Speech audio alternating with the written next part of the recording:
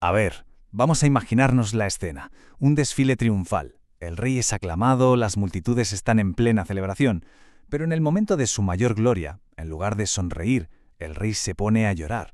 Hoy vamos a meternos de lleno en una de las escenas más desconcertantes de la historia para entender, precisamente, el porqué de esas lágrimas.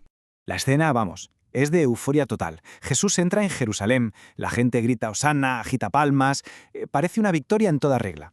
Y sin embargo, cuando contempla la ciudad desde el Monte de los Olivos, con ese imponente templo brillando al sol, él se derrumba.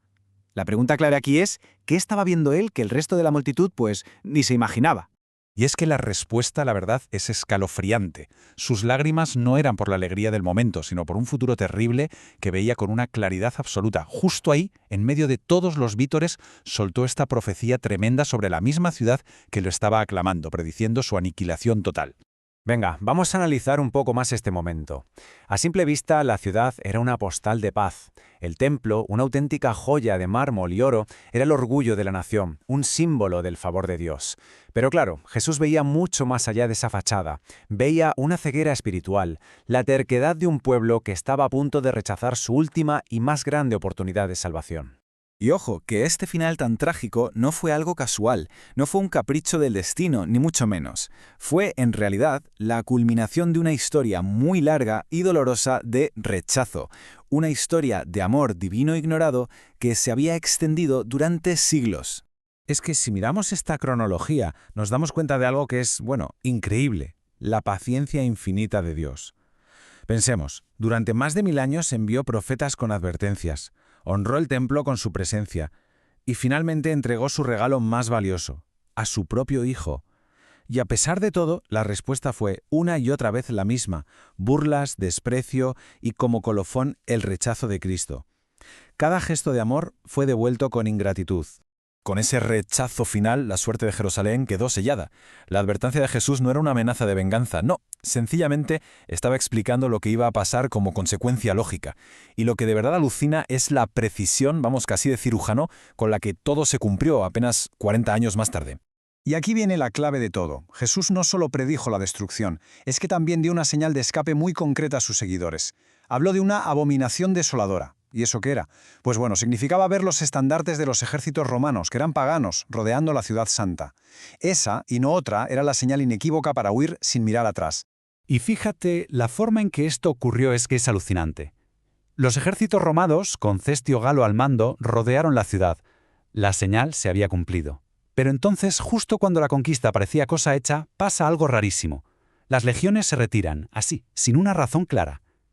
Esa fue la ventana de oportunidad. Los cristianos que se acordaban de la advertencia huyeron a la ciudad de Pella. Ni uno solo de ellos murió en el horror que vino después.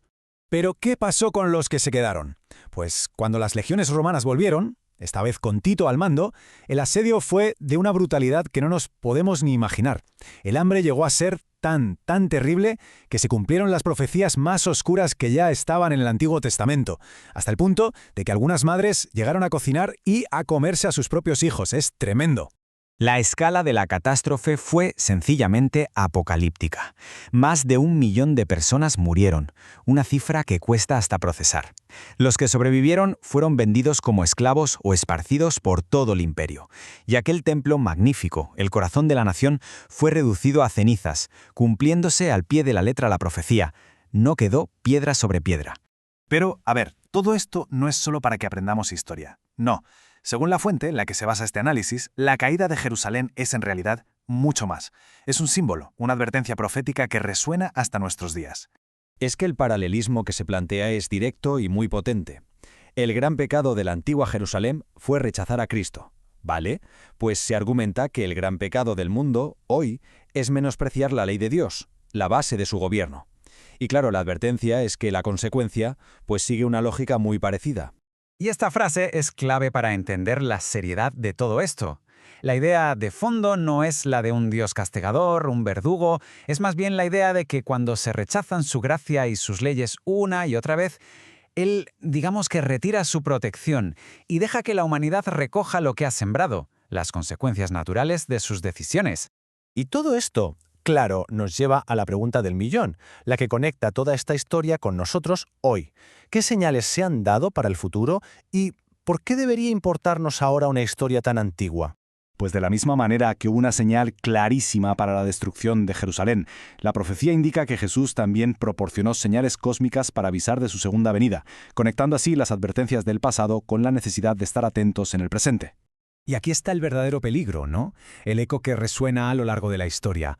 La advertencia es muy clara, que muchísima gente hoy, igual que pasó entonces, está tan metida en su día a día, en sus trabajos, en sus placeres, que simplemente no levanta la vista para ver las señales.